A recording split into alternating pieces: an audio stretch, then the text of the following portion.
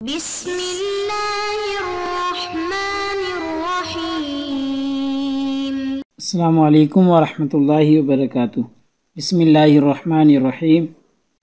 عزیز طلباء اکرام، اسلامیات کے مضمون فقہ و اصول الفقہ کا آج ہمارا سبق نمبر 140 ہے، جس کا عنوان ہے کتاب الطلاق کا الجملۃ الرابعہ، اور انشاءاللہ آج ہم وکان قولہ سے پڑھیں گے۔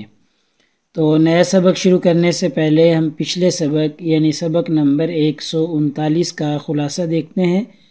پچھلے سبق میں ہم نے سب سے پہلے عبارت کا ترجمہ اور عبارت کی مختصر تشریح پڑھی تھی، اور تشریح کے ساتھ ساتھ ہم نے کچھ چیزوں کی وضاحت کی تھی، جن میں سب سے پہلے کہ عورت 9 ماہ کب شمار کرے گی، اس مسئلے کو ہم نے زیر بحث لانے کی کوشش کی تھی۔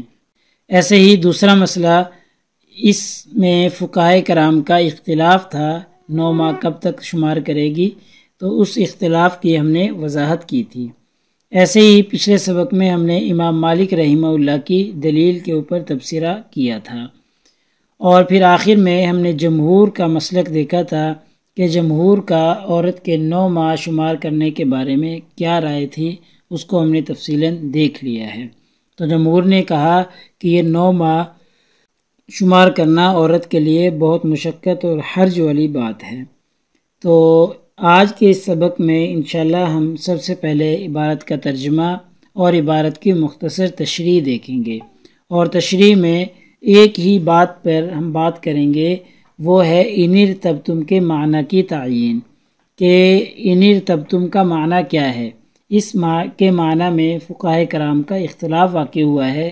جمہور اور امام مالک رحمہ اللہ مختلف آراء رکھتے ہیں، تو تفصیلاً دیکھتے ہیں آج کے سبق میں۔ تو یہ آج کی ہماری عبارت ہے، دیکھتے ہیں۔ وکان قولہ، اللہ تعالیٰ کا جو یہ فرمان ہے، ان ارتبتم، کہ اگر تم کو شک ہو، راجعا الی الحکم، یہ حکم کی طرف لوٹتا ہے، لا الی الحیض، نہ کہ حیض کی طرف۔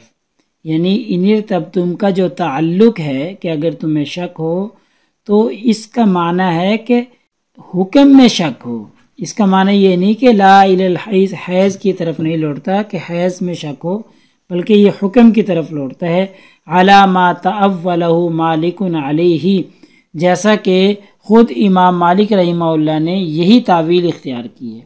یعنی امام مالک رحمہ اللہ بھی یہی کہتے ہیں کہ یہ حکم کی طرف لوٹتا ہے، حیض کی طرف نہیں لوٹتا۔ فَكَأَنَّ مَالِكًا، گویا کہ امام مالک رحمہ اللہ نے لم یطابق مذہبہ تعویلہ، اپنے مذہب کو اپنی کی گئی تعویل کے مطابق نہیں رکھا۔ یعنی جو تعویل امام مالک رحمہ اللہ نے ان ارتبتم کی ہے، اس کے مطابق اپنے مذہب کو نہیں رکھا، بلکہ علیحدگی اختیار کر لی ہے۔ فَإِنَّهُ فَهِمَ مِنَ الْيَائِسَةِ، کیونکہ امام مالک رحمہ اللہ کے مسلک میں یائسہ سے مراد وہ عورت ہے، من تقطع علی انہا لیست من اہل الحیض، کہ یائسہ سے مراد وہ عورت ہے جس کا حیض رک گیا ہو اور وہ حیض والی خواتین میں سے نہ ہو۔ من تقطع یعنی جس کا حیض رک گیا ہو، علی انہا لیست من اہل الحیض، اور وہ حیض والی خواتین میں سے نہ ہو، یہ امام مالک رحمہ اللہ نے اختیار کیا ہے۔ وَهَذَا لَا يَكُونُ إِلَّا مِنْ قِبَلِ السِّنِّ، اور یہ صرف اور صرف عمر کی وجہ سے ہو سکتا ہے۔ وَهَذَا لَا يَكُونُ، یہ نہیں ہوگا، إِلَّا مِنْ قِبَلِ السِّنِّ، مگر عمر کی وجہ سے، یعنی عمر زیادہ ہونے کی وجہ سے ایسا ہو سکتا ہے کہ کسی کا حیض رک جائے۔ وَلِذَالِكَ، یہی وجہ ہے کہ جعل قولہ، اللہ تعالیٰ کا جو یہ فرمان ہے ان ارتبتم، اس کو بنایا ہے راجعا الی الحکم لا الی الحیض، کہ یہ حیض کی طرف جاتا ہے، حکم کی طرف نہیں جاتا۔ یعنی ان ارتبتم کو حکم سے متعلق مانا ہے، حیض سے متعلق نہیں مانا۔ ای یعنی ان شککتم فی حکمہن، یعنی اگر ان کے حکم کے معاملہ میں تمہیں شک ہو جائے، فعدتہن، ہن ثلاثۃ اشہر، آگے پھر یہ بنے گا کہ پھر وہ 3 ماہ جو ہے عدت کے پورے کریں۔ ثم قال، پھر فرمایا فی التی تبقى 9 اشہر، 9 ماہ تک حیض نہ آئے، یعنی تبقى 9 اشہر لا تحیض، یعنی ان کو پھر 9 ماہ تک حیض نہ آئے۔ وَهِيَ فِي سَنِّ مَن تَحِيضُ إِنَّهَا تَعْتَدُّ بِالْأَشْهُرِ، جبکہ اس کی عمر حیض کی ہو بھی۔ وَهِيَ فِي سَنِّ مَن تَحِيضُ، یعنی اس کی عمر پھر حیض کی ہو بھی تو إِنَّهَا تَعْتَدُّ بِالْأَشْهُرِ، پھر وہ مہینوں کو شمار کر لے۔ یعنی گویا کہ مطلب یہ بنے گا اس آیت کا کہ ان شککتم فی حکمہن، اگر تم کو ان کے حکم کے معاملہ میں شک ہو جائے، اور پھر وہ ایسی عورتیں ہیں کہ جن کو 9 ماہ تک حیض نہ آئے جبکہ ان کی جو عمر ہے وہ حیض کی ہو، تو پھر وہ جو ہے مہینوں کے اعتبار سے اپنے حیض کو شمار کریں گی۔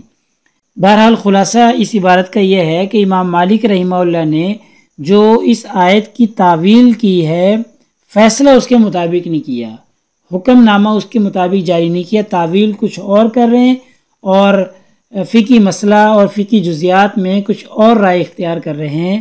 احناف کا اور جمہور کا یہ مقصود ہے کہنے کا۔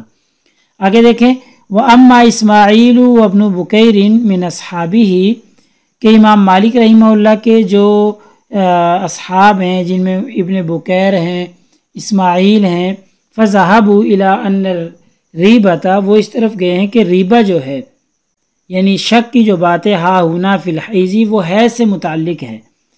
وَأَنَّ الْيَائِسَ فی کلام العربی، اور کلام عرب میں جو یائسہ کا لفظ ہے، ہوا ما لم یحکم علیہ، اس عورت کو کہا جاتا ہے، اس عورت کے اوپر بولا جاتا ہے بما یئس منہ بالقطع، جس کی حیض سے مایوسی کا قطعی فیصلہ نہ کیا جا سکے۔ ما یئس منہ بالقطع، قطعی فیصلہ نہ کیا جا سکے اس کے مایوس ہونے کا، اس عورت کو کلام عرب میں یائس کہا جاتا ہے۔ فَطَابَقُوا تَعْوِيلَ الْآيَةِ مَذْهَبَهُمْ، تو اس طریقے سے ان کی جو تعویل ہے وہ مسلک مالکی کی حمایت میں ہو جائے گی۔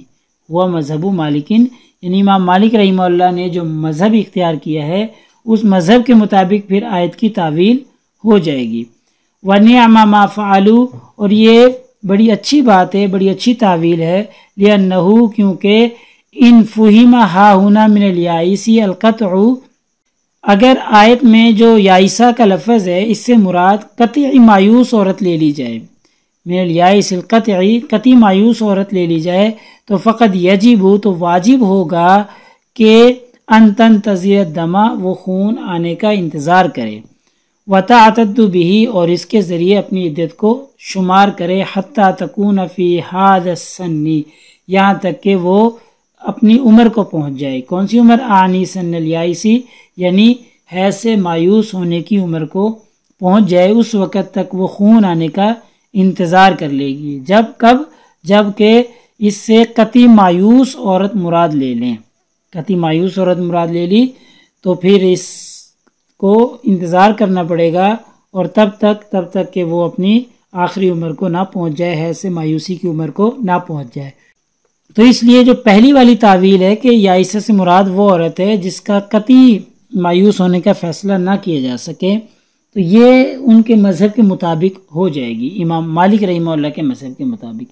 وَإِنْ فَهِمَ مِنَ الْيَائِسِ مَا لَا يُقْطَعُ بِذَلِكَ، اور جن فقہا نے یائسہ سے قطعی مایوس عورت مراد لی ہے، مَا لَا يُقْطَعُ بِذَلِكَ، یعنی قطعی مایوس عورت مراد لی ہے، فقد یجب، تو پھر واجب ہے کہ ان تعتد التی انقطع دمها عن العادتی، تو واجب ہے پھر کہ وہ عورت شمار کرے جس کا خون بند ہو گیا ہے، لیکن اس کا عادت کے مطابق خون آتا تھا لیکن اب خلاف معمول اس کا خون بند ہو گیا ہے، وَهِيَ فِي سِنٍ مَن تَحِيضُ، اور وہ حیض آنے کی عمر میں بھی ہو، تو بالاشہری، پھر وہ مہینوں کے ذریعے شمار کرے گی اپنی عدت کو، یعنی جس عورت کا خلاف معمول حیض رک گیا حالانکہ وہ حیض کی عمر میں ہے ابھی، تو پھر وہ مہینوں کے ذریعے اپنی عدت کو شمار کرے گی اور پورا کرے گی۔ وَهُوَ قِيَاسُ قَوْلِ اہل ظاہری، اور یہ اہل ظاہر کا قول ہے، اور جو کہ قیاس کے مطابق ہے۔ کیوں؟ لأن الیائسۃ فی الطرفین، کیونکہ طرفین کے نزدیک تو یائسہ جو ہے، یائسہ کا جو مفہوم ہے، من اہل العدتی، وہ اہل عدت میں سے ہے، لا بالاقراء ولا بالشہور، نہ تو وہ اقراء اور نہ مہینوں والی عورت میں سے، بلکہ وہ اہل عدت میں سے ہے۔ یعنی وہ عورت جو ہے نہ قروء کے ذریعے اپنی عدت کو شمار کرے گی، نہ مہینوں کے ذریعے کرے گی، بلکہ وہ تو اہل عدت میں سے ہے، یعنی اپنی عدت کو پورا کرے گی۔ وَأَمَّا الْفَرْقُ فِي ذَلِكَ، اور اس میں جو فرق ہے، بین ما قبل التسعۃ، 9 ماہ سے پہلے میں، اور وما بعدہا، اور اس کے بعد میں، فاستحسان، یہ بطور استحسان کے ہے۔ ٹھیک ہے، یہ جو فرق کیا گیا ہے نا 9 مہینے سے پہلے اور 9 مہینے کے بعد میں، یہ بطور استحسان کے ذکر کیا گیا ہے۔ تو لہٰذا ہمارے آج کے اس سبق کا خلاصہ یہ نکلا کہ آج کے اس سبق میں ہم نے عبارت کا ترجمہ اور عبارت کی مختصر تشریح دیکھی ہے، اور مختصر تشریح کے دوران ایک چیز کی ہم نے وضاحت کی کہ ان ارتبتم کا معنی کیا ہے۔ اس معنی میں فقہاء کرام نے مختلف تعویلات کی ہیں، اور امام مالک رحمہ اللہ نے جو تعویل اختیار کی ہے، فقہی مسئلہ اس تعویل کے مطابق نہیں رکھا، اور پھر آخر میں ہم نے ظاہریہ کا مذہب بھی اس بارے میں دیکھ لیا ہے۔ تو پیپر میں پوچھے جانے والے سوالات سے متعلق اگر ہم بات کریں تو وہی سوال کہ جی مذکورہ عبارت کا ترجمہ اور تشریح کریں، اور عائسہ عورت کی عدت کا حکم فقہاء کے اقوال کی روشنی میں بیان کریں، تو یہ تفصیلاً ہم نے دیکھ لیا ہے۔ اگلے سبق نمبر 41 میں اسی ترتیب سے ہم آگے چلیں گے، اور بدایت المجتہد کی کتاب الطلاق کا الجملۃ الرابعہ ہمارا چل رہا ہے، اور یہ چلتا رہے گا، اور انشاءاللہ اگلے سبق میں ہم وَأَمَّا الَّتِي ارتفعت سے پڑھیں گے۔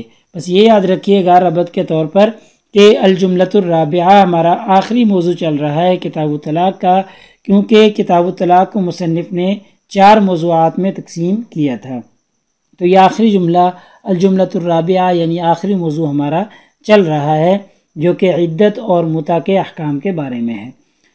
جزاکم اللہ خیر، السلام علیکم ورحمۃ اللہ وبرکاتہ۔ اللہ پاک آپ سب لوگوں کا حامی و ناصر ہو۔ اگلے سبق تک اجازت چاہتا ہوں۔ اللہ تعالیٰ آپ کو کامیابیاں اور ترقیاں نصیب فرمائے۔